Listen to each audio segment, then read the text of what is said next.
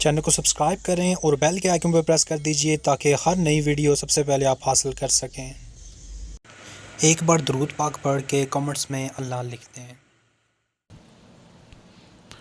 آپ یہ خیال کر سکتے ہیں کہ بھوک اور پیاس کاٹنے سے کیا تقوی کا حصول ممکن ہے، جو کہ مقصد ہے روزے کا۔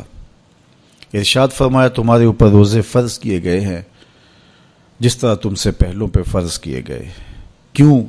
لعلکم تتقون، تاکہ تمہیں تقوی نصیب ہو، اتقاء کی دولت ملے، تم اللہ تعالیٰ سے ڈرنے والے ہو جاؤ۔ تو کیا بھوک اور پیاس کاٹنے سے اللہ کی خشیت، اللہ تعالیٰ کا خوف حاصل ہوتا ہے؟ تو ایک تو بات وہی جو میں نے ابھی کہی کہ جب آپ ان امور سے بھی رک جائیں گے جن امور کو عام زندگی میں مباح رکھا گیا ہے، تو پھر آپ شعوری طور پہ ان چیزوں سے کیوں نہیں رکیں گے جو عام زندگی کے اندر بھی منع کیے گئے ہیں۔ تو جب یہ چیز انسان کا فہم، انسان کی عقل اور انسان کی خرد طے کرتی ہے، تو پھر لامحالہ طور پہ رکنے کی عادت اس کے اندر تقوی کی نشأت کا ذریعہ بنتی ہے۔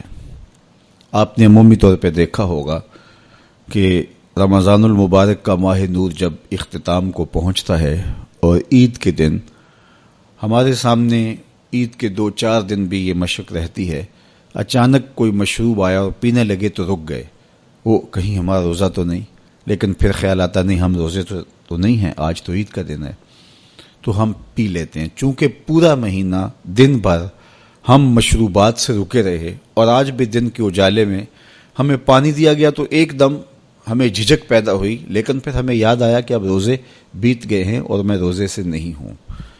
تو جو چیز جائز اور مشروع تھی اس میں ایک وقت کے لیے اس چیز سے بھی ہم رکے تو ہماری طبیعت کے اندر یہ ملکہ پیدا ہو گیا کہ ہم اس سے رکنے کا مزاج پیدا کر لیتے ہیں۔